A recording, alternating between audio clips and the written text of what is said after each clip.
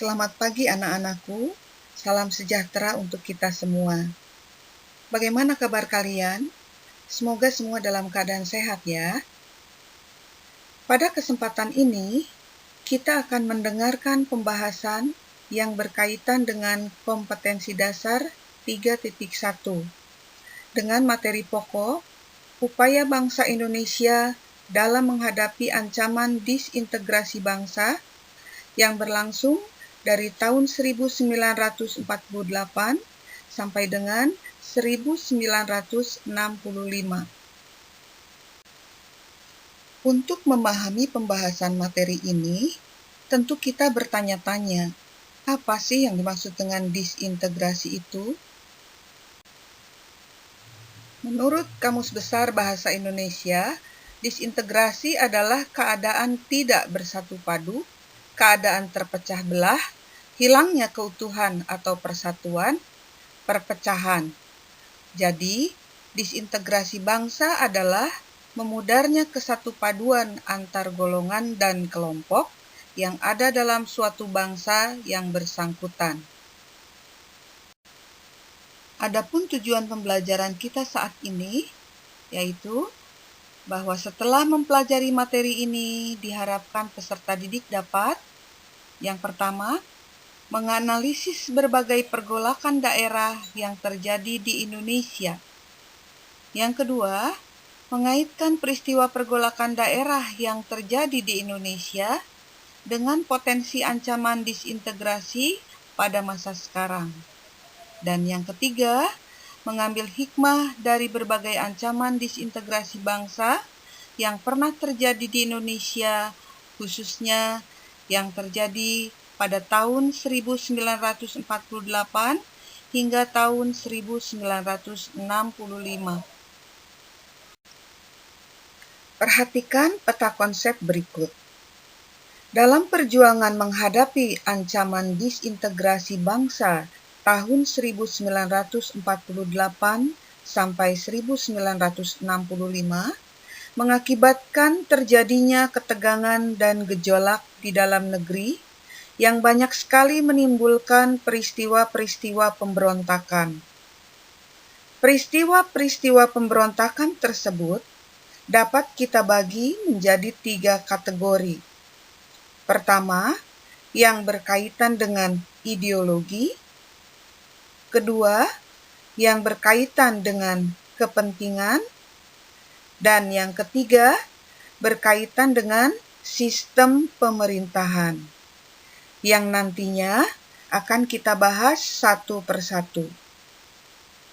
Namun demikian, dengan adanya ketegangan dan gejolak di dalam negeri, kita dapat mengambil hikmahnya sebagai pembelajaran, yaitu mengingatkan kita akan kesadaran terhadap pentingnya integrasi bangsa, dan juga kita bisa mengambil keteladanan dari tokoh-tokoh yang berperan dalam mempertahankan keutuhan bangsa dalam menghadapi ancaman disintegrasi. Nah, masalah keteladanan tokoh-tokoh ini secara khusus akan kita bahas pada pertemuan berikutnya.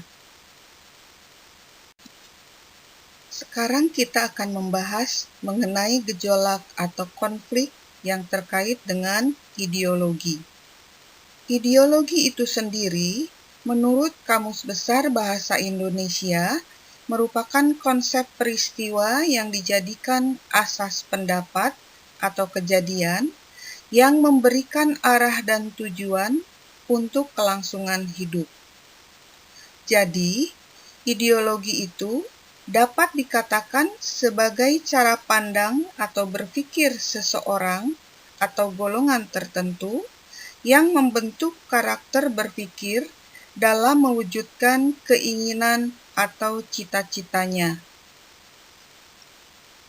Gejolak atau konflik yang termasuk dalam kategori ini adalah pemberontakan PKI Madiun, pemberontakan DITII, dan peristiwa G30S PKI. Ideologi yang diusung oleh PKI tentu saja komunisme. sedangkan pemberontakan DITII berlangsung dengan membawa ideologi agama. Peristiwa konflik dan pergolakan yang berkaitan dengan kepentingan atau vested interest.